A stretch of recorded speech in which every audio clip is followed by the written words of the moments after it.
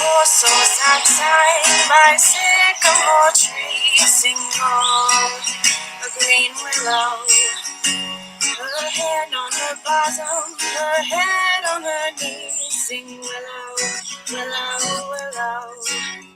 The fresh streams run by her, and murmur, sing willow, willow, willow.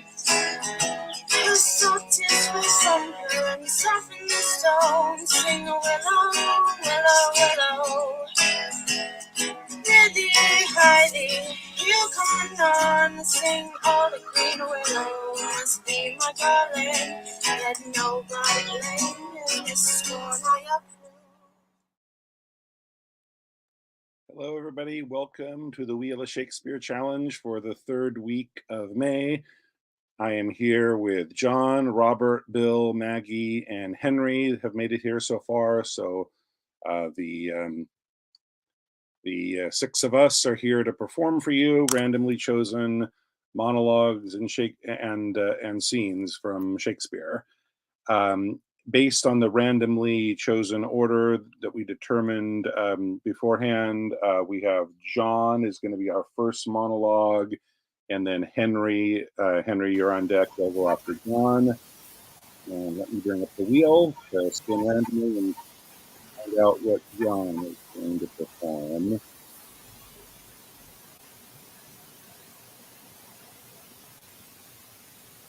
So John's going to perform.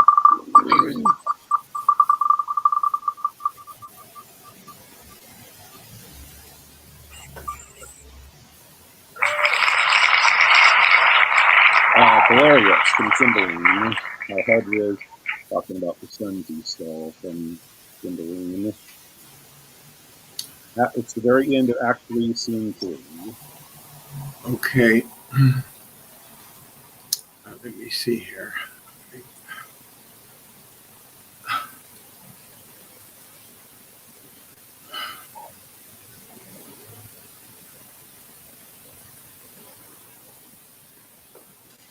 Okay, I'm sorry. I'm here behind. I'm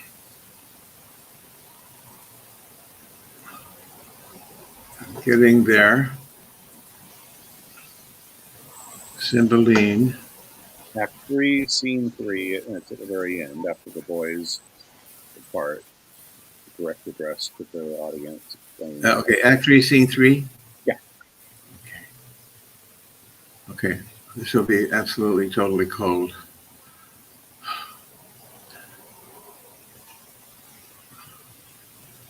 No, I don't remember. How did it start? I'm sorry, I'm at the end. I don't see anything. How did it start again? How hard it is how it begins.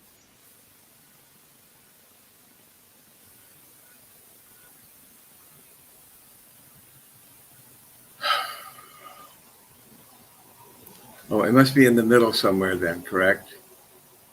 Oh, here it is. I got it. How hard it is to hide the sparks of nature. These boys know little they are sons to a king, nor Cymbeline dreams that they are alive. They think they are mine, and though trained up thus manly I, the cave herein they vow, their thoughts do hit the roofs of palaces, and nature prompts them in simple and low things to prince it much beyond the trick of others. This Polydore, the heir of Cymbeline and Britain, who the king his father called Caderius Joe. And when on 3-foot stool I sit and tell the warlike feats I have done, his spirits fly out into my story. Say, thus mine enemy fell, and thus I set my foot on his neck. Even then the princely blood flows in his cheek. He sweats, strains his young nerves, and puts himself in posture that acts my words. The younger, excuse me, can't find the cursor. The younger brother, Cadwal, once Averagius, whatever, Inez, like a figure, strikes life into my speech and shows much more his own conceiving. Hark, the game is roused. Oh, Cymbeline, Heaven and my conscience knows thou didst unjustly banish me. Whereon at 3 and 2 years old I stole these babes, thinking to bar thee of succession, as thou refst me of my lands. Euryphile, Euryphile, thou wast their nurse. They took thee for their mother, and every day do honor to their grave. Myself, Belarius, and that in Morgan called the take for a natural father, the game is up. Okay. So good. So it was totally cold with that, but glad he gave a good attempt at it. Henry, you're up, and then I am on deck. I'll perform after Henry does.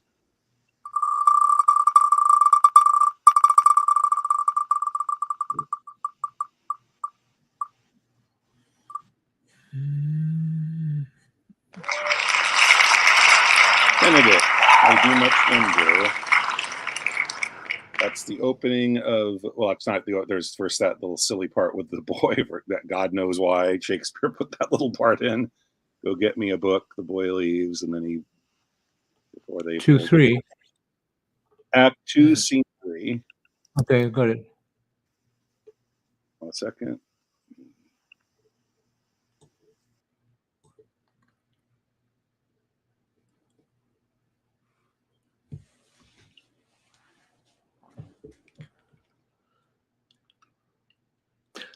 I do much wonder that one man, seeing how much another man is a fool when he dedicates his behaviours to love, will, after he hath laughed at such shallow follies in others, become the argument of his own scorn by falling in love. And such a man is Claudio. I have known when there was no music with him but the drum and the fife, and now had been rather hear the taper and the pipe. I have known when he would have walked 10 mile afoot to see a good armour, and now will he lie 10 nights awake carving the fashion of a new doublet. He was wont to speak plain and to the purpose, like an honest man and a soldier, and now he is turned orthography. His words are a very fantastical banquet, just so many strange dishes. May I be so converted and see with these eyes? I cannot tell. I think not. I will not be sworn. But love may transform me to an oyster. But I'll take mine oath on it. Till he have made an oyster of me, he shall never make me such a fool. One woman is fair, yet I am well. Another is wise, yet I am well. Another virtuous, yet I am well. But till all graces be in one woman shall not come in my grace. Rich she shall be, that's certain. Wise, or I'll none. Virtuous, or I'll never cheapen her. Fair, or I'll never look on her. Mild, or come not near me. Noble, or not I for an angel. Of good discourse, an excellent musician, and her hair shall be of what colour it please God. Ha! The Prince and Monsieur Love. Ah, I will hide me in the arbour.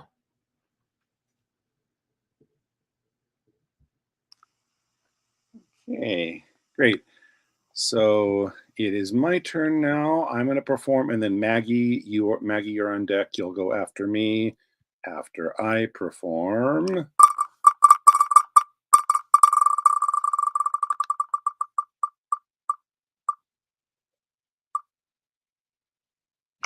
Ooh, St. Crispin's Day speech.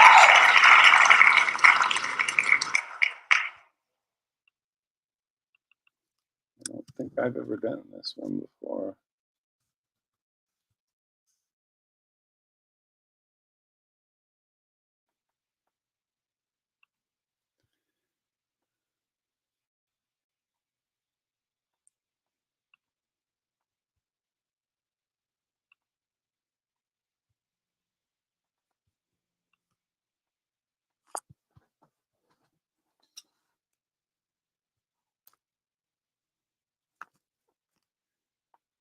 What's he that wishes so?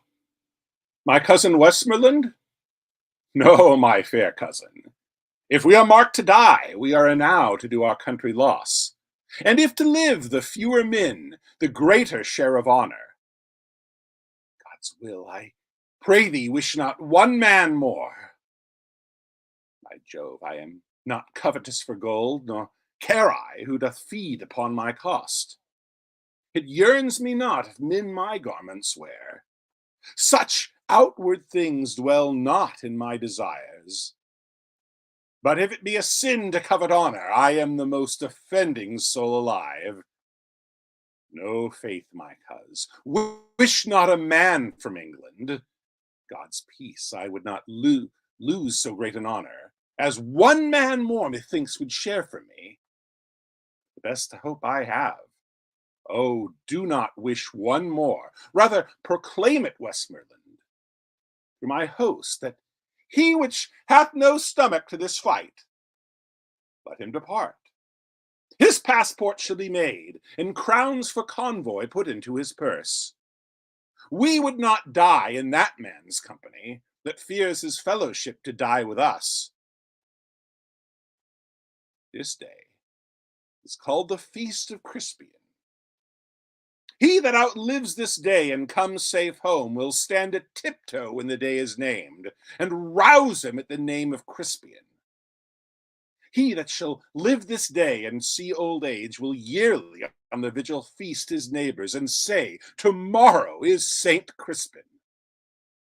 Then will he strip his sleeve and show his scars and say, these wounds I had on Crispin's day. Old men forget. Yet all shall be forgot, but he'll remember with advantages what feats he did that day. And shall our names, familiar in his mouth as household words, Harry the King, Bedford and Exeter, Warwick and Talbot, Salisbury and Gloucester, be in their flowing cups freshly remembered. This story shall the good man teach his son, and Crispin Crispian shall ne'er go by from this day to the ending of the world. But we in it shall be remembered. We few. We happy few. We band of brothers. For he today that sheds his blood with me shall be my brother, be he ne'er so vile, this day shall gentle his condition. And gentlemen in England now abed shall think themselves accursed they were not here, and hold their manhoods cheap, whiles any speaks that fought with us upon St. Crispin's day.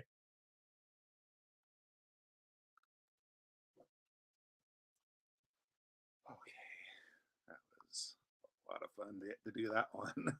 That was a good, fortunate spin on my part. Never gotten to do that one before, but I'm glad I did. Okay, Maggie, you're up. Hi. And you will do...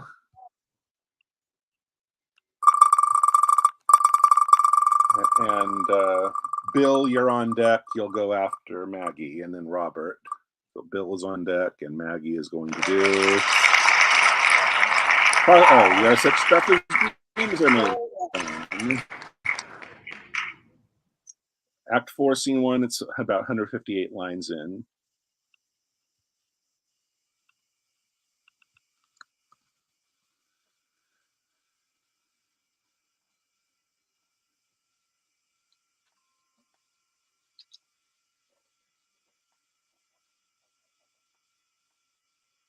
I'm scrolling. I'm using this text where there's no line, so there's no line numbers. So, and I'm not looking at the screen anymore. I only see, yeah, I'm not seeing it. What does it start again with? I'm sorry. Yeah, let's see. It starts with... It's for sure. Oops. You do look, my son, in a moved sort, as if you were dismayed. Be cheerful, Oh, sir. yes, I have it. I have it. I'm practically off book with this one. Okay. So, Thanks. that's Yeah. why I never This think little about short it. one. I was looking for something longer. Okay. Okay. Yeah. Okay. So whenever you're ready, go. All right. You do look, my son, in a moved sort, as if you were dismayed. Be cheerful, sir. Our revels are now ended. These our actors, as I foretold you, were all spirits and are melted into air, into thin air. And like the baseless fabric of this vision, the cloud-capped towers, the gorgeous palaces, the solemn temples, the great globe itself, ye all which it inherit shall dissolve, and like this insubstantial pageant faded, leave not a rack behind. We are such stuff as dreams are made on, and our little life is rounded with a sleep. Sir, I am vexed. Bear with my weakness. My brain is troubled. Be not disturbed with my infirmity. If you be pleased, retire into my cell and there repose. A turn or two I'll walk to still my beating mind. It's one of those you hear a million times and it never gets old. Very sweet. Okay, so our last two monologues before we switch to scenes are going to be by Bill and Robert. Bill is going to do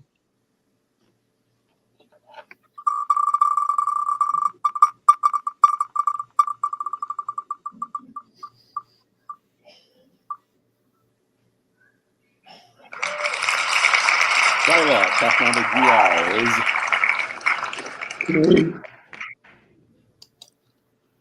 And I don't believe it starts with that. It's I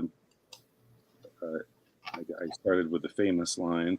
Act 3, Scene 1, about 23 lines in. I think you can figure out where to start. Okay. Okay. So whenever you're ready, go.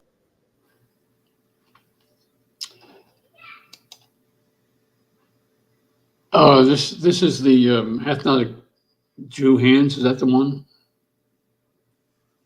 Yes, it doesn't start with that. So yeah. Okay. I just found it. Okay. I put the famous line title of it, but You want to give me the previous line? Excuse me, the previous line. I don't have it in front of me. Okay, never mind. Okay, sorry. All right. To bait fish withal, it will feed nothing else. It will feed my revenge. He hath disgraced me and hindered me 500,000, laughed at my losses, mocked at my gains, scorned my nation, thwarted my bargains, cooled my friends, heated mine enemies. And what's his reason? I am a Jew. Hath not a Jew eyes? Hath not a Jew hands, organs, dimensions, senses, affections, passions, fed with the same food, hurt with the same weapons, subject to the same diseases, healed by the same means, warmed and cooled by the same winter and summer as a Christian is? If you prick us, do we not bleed? If you tickle us, do we not laugh? If you poison us, do we not die? And if you wrong us, shall we not revenge? If we are like you in the rest, we will resemble you in that. If a Jew wrong a Christian, what is his humility? Revenge. If a Christian wrong a Jew, what should his sufferance be by a Christian example? Why, revenge.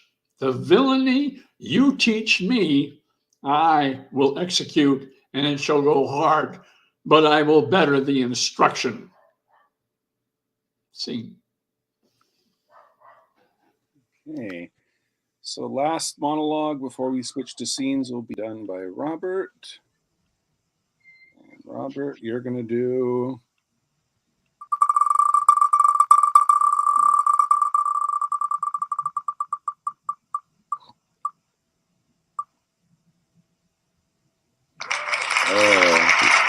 I did Henry V, you'll do the father.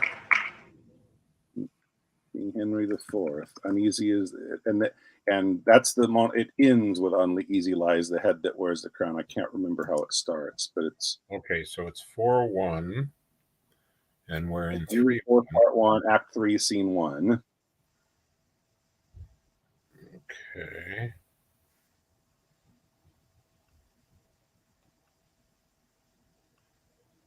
Act 3, Scene 1. I'm sorry. It should be Henry IV, Part 2. I'm sorry. That's what got me lost. Yeah, that was my mistake. I put it's Henry IV, Part 2, Act 3, Scene 1. Okay. I think the That acting makes scene a lot right. more sense. Okay, so whenever you're ready. Okay.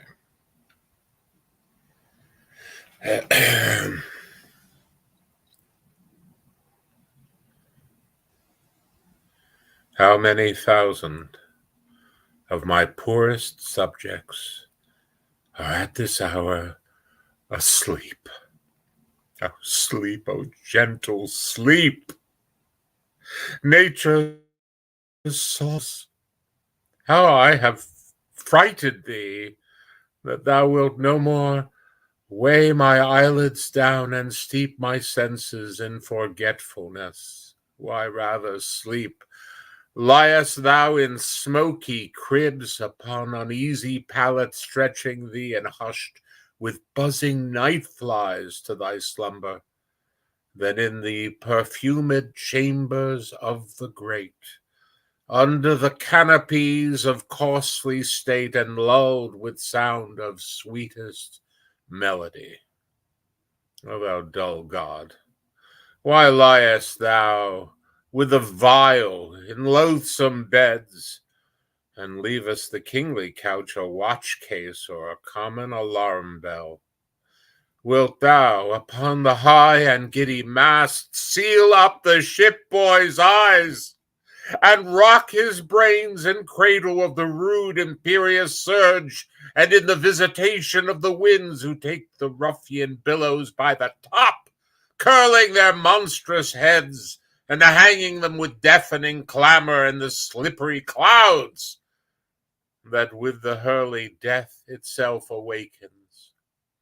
Canst thou, O partial sleep, give thy repose to the wet sea boy in an hour so rude, and in the calmest and most stillest night, with all the appliances and means to boot, deny it to a king? Then, happy low, lie down, uneasy lies the head that wears a crown. Okay, awesome. Now, so we have 6 people, and ever since he did his monologue, John disappeared. I don't know if John, are you still with us? Or Wait, yes, I am. Yes, okay. I I just wanted to make sure before I found out how many roles we needed to find from scenes. So the one that was predetermined because we spun it last week was the Minos and Pompey scene from Antony and Cleopatra, because we weren't ready for that last week because I hadn't given everybody. You should have gotten an email I sent and if somebody doesn't, and if somebody has it, they can put it in the chat. The Word document of the edited file where it's just the 2 of them. So those are the first 2 roles to choose from amongst the 6 of us, and then let's spin to get a couple other scenes to get the other 4 of us in the mix.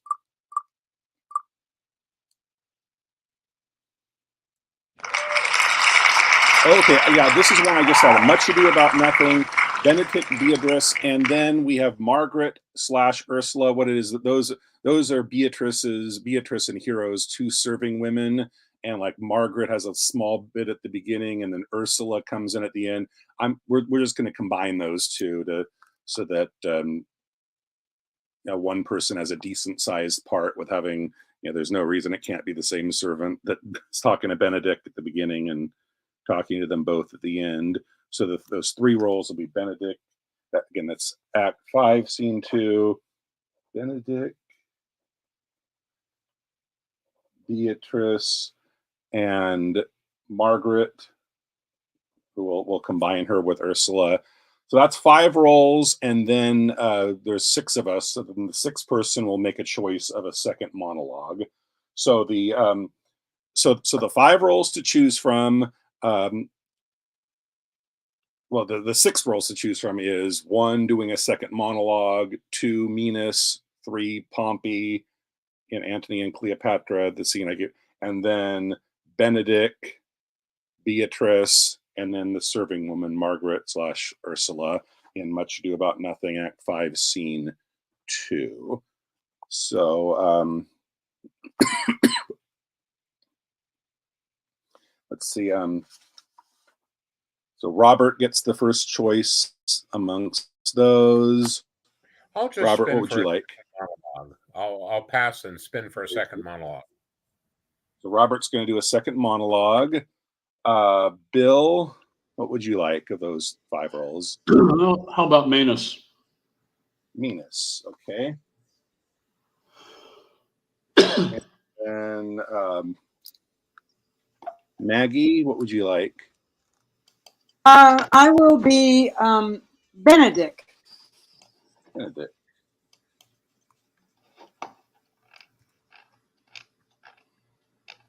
Okay, and then I'll take Pompey. So it'll be me and Bill doing that first scene. And then Henry, you get to do Beatrice or Margaret. Beatrice, please. Beatrice. And That'll be fun, Maggie. And so John will be Margaret / Ursula. So let me create the banner for the first one.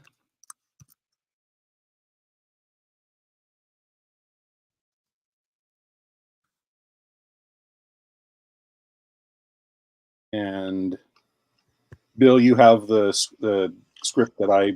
Yes. Okay, so you're ready. Okay, so whenever you're ready, go ahead. Pompey, a word. Say in mine ear. What is it? Forsake thy seat.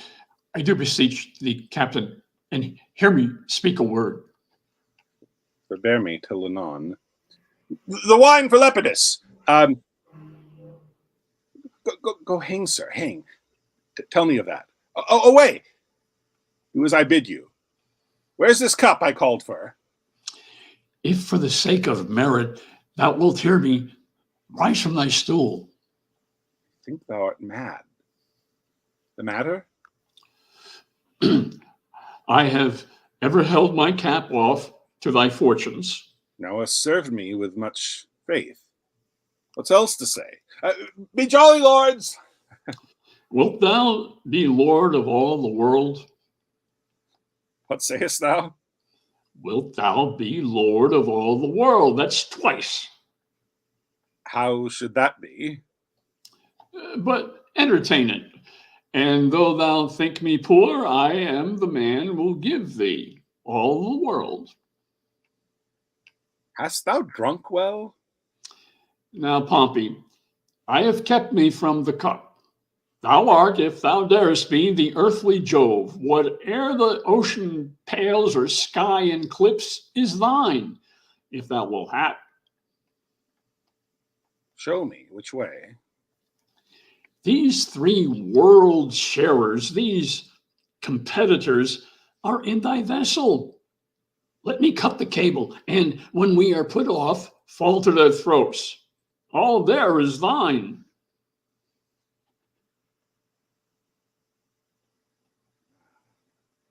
This thou shouldst have done, and not have spoke on't. In me 'tis villainy, in thee it had been good service. Thou must know 'tis not my profit that does lead mine honor it. Repent that ere thy tongue hath so betrayed thine act. Being done unknown, I should have found it afterwards well done,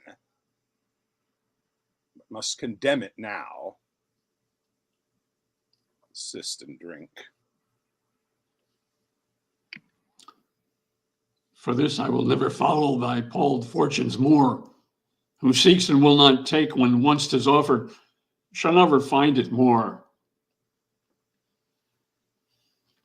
Okay, great. Short but sweet scene. Okay, get the banner from Much Ado About Nothing.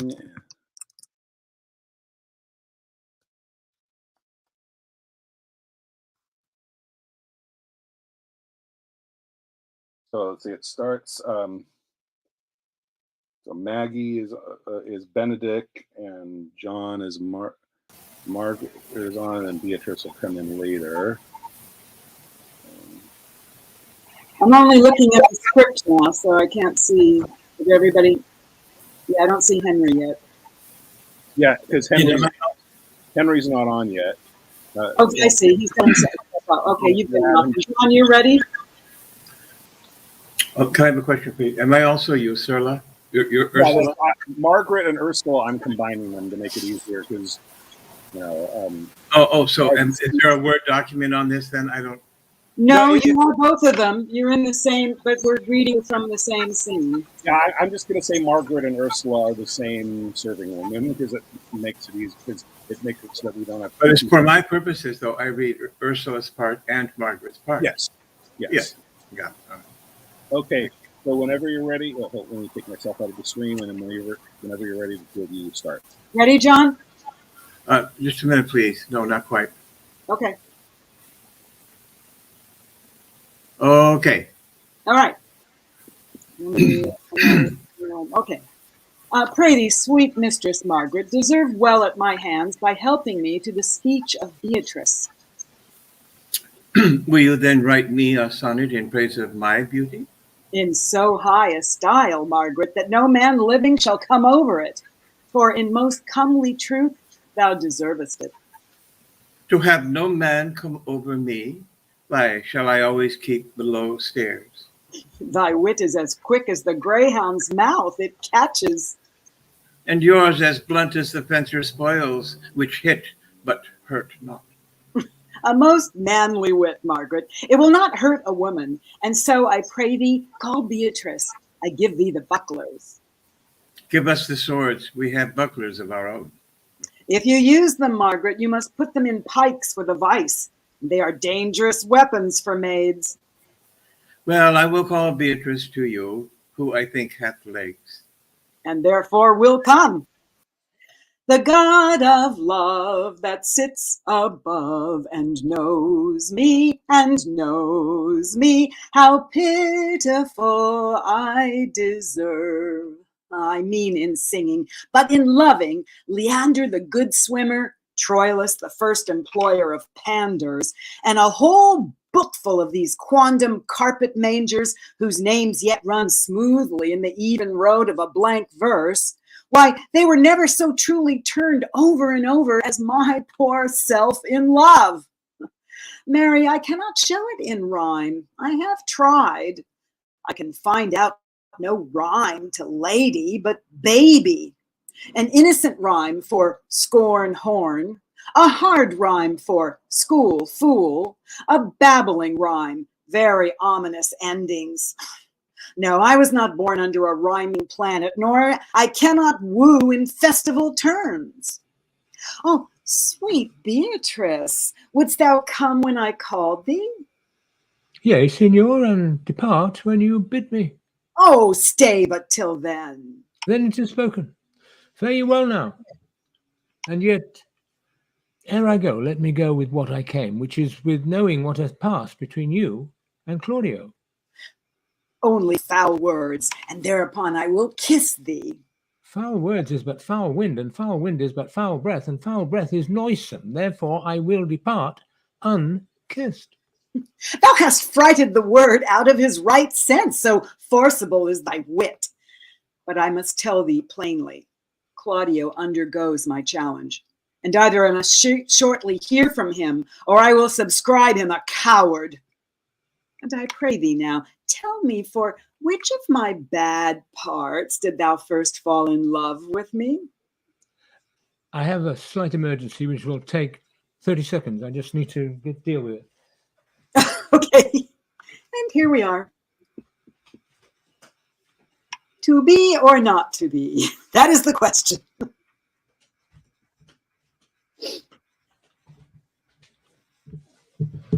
Okay, sorry about that. Would you like That's to all start? right. Why don't we start over so we can get Okay, this. and then you'll cut. Okay. Yeah, let's go back to the beginning. Let me take Henry out and put John back in. Since we had the interruption, I'd like to have the scene, with continuity. Okay. But let's just go ahead and let's start. Let's start from the top. All right. Sorry, I just okay. Pray thee, sweet Mistress Margaret, deserve well at my hands by helping me to the speech of Beatrice. Will you then write me a sonnet in praise of my beauty? In so high a style, Margaret, that no man living shall come over it. For in most comely truth, thou deservest it. To have no man come over me, why shall I always keep below stairs? Thy wit is as quick as the greyhound's mouth, it catches. And yours as blunt as the fencer's foils, which hit but hurt not. A most manly wit, Margaret, it will not hurt a woman. And so I pray thee, call Beatrice. I give thee the bucklers. Give us the swords, we have bucklers of our own. If you use them, Margaret, you must put them in the pikes with a vice, and they are dangerous weapons for maids. Well, I will call Beatrice to you, who I think hath legs. And therefore will come. The God of love that sits above and knows me, how pitiful I deserve. I mean in singing, but in loving, Leander the good swimmer, Troilus the first employer of panders, and a whole book full of these quondam carpet mangers whose names yet run smoothly in the even road of a blank verse, why they were never so truly turned over and over as my poor self in love. Mary, I cannot show it in rhyme. I have tried. I can find out no rhyme to lady but baby, an innocent rhyme. For scorn, horn, a hard rhyme. For school, fool, a babbling rhyme. Very ominous endings. Now, I was not born under a rhyming planet, nor I cannot woo in festival terms. Oh, sweet Beatrice, wouldst thou come when I called thee? Yea, Signor, and depart when you bid me. Oh, stay but till then. Then it is spoken. Fare you well now. And yet, ere I go, let me go with that I came, which is with knowing what hath passed between you and Claudio. Only foul words, and thereupon I will kiss thee. Foul words is but foul wind, and foul wind is but foul breath, and foul breath is noisome. Therefore I will depart unkissed. Oh, thou hast frighted the word out of his right sense, so forcibly is thy wit. But I must tell thee plainly, Claudio undergoes my challenge, and either I must shortly hear from him, or I will subscribe him a coward. And I pray thee now, tell me for which of my bad parts did thou first fall in love with me? For them all together, which maintained so politic a state of evil that they will not admit any good part to intermingle with them. But for which of my good parts did you first suffer love for me? Suffer love, a good epithet. I do suffer love indeed, for I love thee against my will. In spite of your heart, I think. Alas, poor heart. If you spite it for my sake, I will spite it for yours. For I will never love that which my friend hates. Thou and I are too wisely to woo peaceably. It appears not in this confession. There's not one wise man among 20 that will praise himself. An old instance, Beatrice, that lived in the lime of good neighbors. If a man do not erect in this age his own tomb ere he dies, he shall live no longer in monument than the bell rings and the widow weeps. And how long is that, think you? Question. Why, an hour in clamor and a quarter in ruin. Therefore, it is most expedient for the wise, if Don Worm, his conscience, find no impediment to the contrary, to be the trumpet of his own virtues, as I am to myself. So much for praising myself, who I myself will bear witness is praiseworthy. And now tell me, how doth your cousin? Very ill. And how do you? Very ill, too. Serve God, love me, and mend. There will I leave you too, for here comes one in haste. Madam, you must come to your uncle. Yonder's old coil at home. It is proved by my lady hero hath been falsely accused. The prince and Claudio mightily abused, and Don John is the author of all, who is fed and gone. Will you come presently? Will you go hear this news, Signor? I will live in thy heart, die in thy lap, and be buried in thy eyes. And moreover, I will go with thee to thy uncle's. Okay, great. So lastly, we have Robert chose to do a second monologue as his second performance. So let's bring the monologue. Ooh, knocked him out of the. There you are again. So we'll bring back up the monologue wheel spin for his second monologue. We're going to do it and call it a day.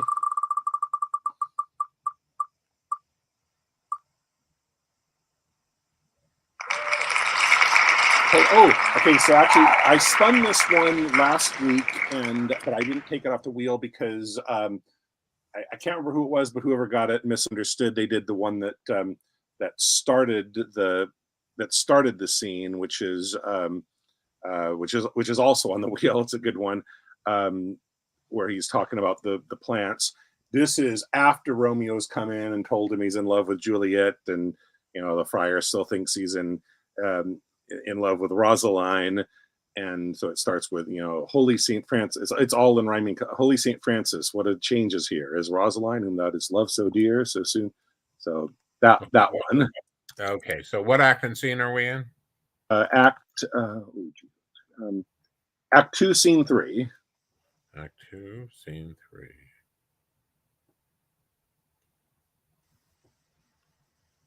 That's right. We did the opening one last time.